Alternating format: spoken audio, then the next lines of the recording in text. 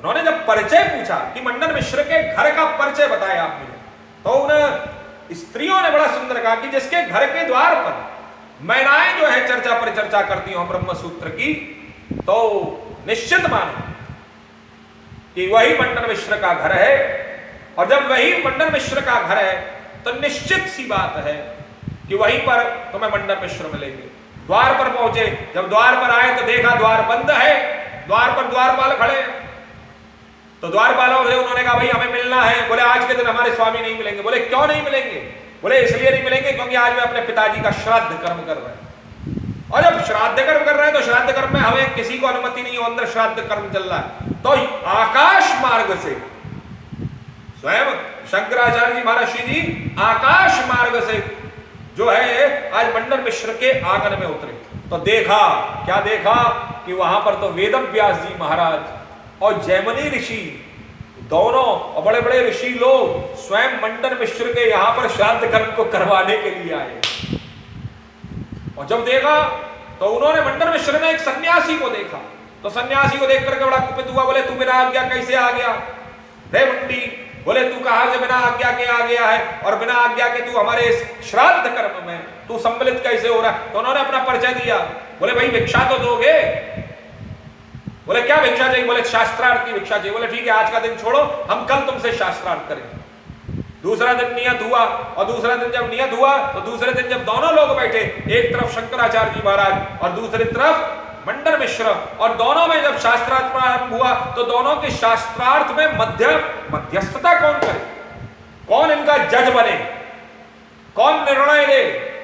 तो उस समय पर मंडन मिश्र की पत्नी थी जो कि उस समय उभय भारती के नाम से विख्यात थी, और जिसके बारे में यह भी किंवदंती थी कि वह कोई साधारण स्त्री नहीं है, बल्कि साक्षात मां सरस्वती का अवतार है, मां शारदा। तो कहीं कहीं उनका नाम शारदा भी है, कहीं कहीं उभय भारती भी दिया गया है। तो उभय भारती को कहा गया कि भाई तुम मध्यस्थता करो। तो उसने, उनकी पत्नी ने, मंडन मिश्र जी की पत्नी ने, उभय भारती जी ने दोनों के गले में एक माला डाल दी। बोले जिसकी माला सूख जाए वही परास्त होगा, वही परास्त माना जाए। शास्त्रार्थ चला, उभय भारती बीच में उठती रही, जाती रही, आती रही, क्योंकि भोजन की व्यवस्था करनी है, पतिदेव की सेवा करनी है, पतिदेव के लिए भोजन की व्यवस्था करनी है, इधर सन्यासी के लिए भिक्षा की तैयारी करनी, सारी सब चीजों को करते हुए उभय भारती। देखिए ये है हमारी भारतीय संस्कृति की नारी कि जो इतनी विदुषी है, जिसको भगवत पाद आद्य गुरुदेव शंकरावतार शंकराचार्य जी महाराज श्री जी गुरुदेव अपना जज मान रहे हैं। कोई साधारण स्त्री नहीं उभय भारती, पति की सेवा में भी लगी है, शास्त्रार्थ का निर्णय भी देख रही है, क्या होना है, कैसे होना है। तो एक समय वो आया जिस समय पर आकर के उनके पति परास्त हो गए, उनके गले की माला कुम्भला गई।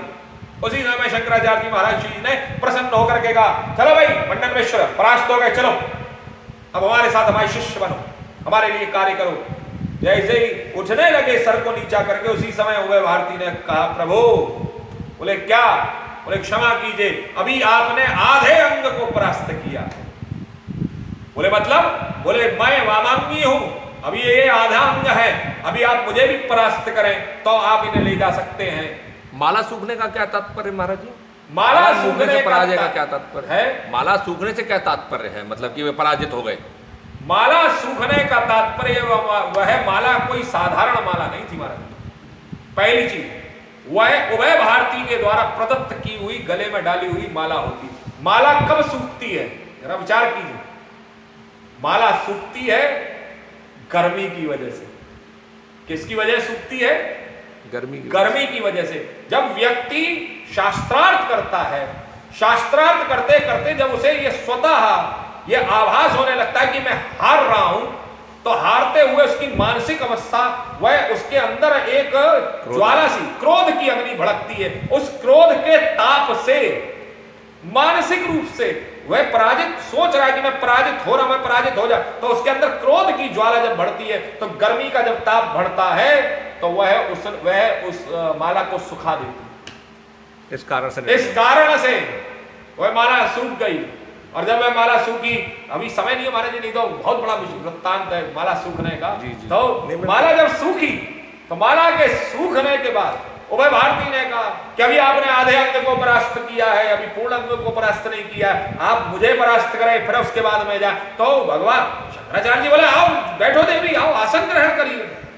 देवी को बैठाया, देवी ने बैठते ही कहा काम की कलाएं कितनी है। शंकराचार्य जी चुप।